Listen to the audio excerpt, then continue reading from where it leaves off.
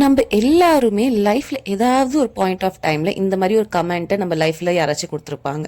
உன்னால இது பண்ண முடியாது, இது அச்சீவ் பண்ண முடியாது, இதுக்கும் உனக்கும் சம்மந்தம் இல்லை, இது ரொம்ப டிஃபிகல்ட், உனக்கு இது செட் ஆகாது, உங்க ஃபேமிலிக்கு இது செட் ஆகாது அப்படின்னு எல்லாம் நிறைய இந்த மாதிரி கமெண்ட் நம்ம லைஃப்ல எங்கேயாச்சும் ஒரு வாட்டி கேட்டிருப்போம்.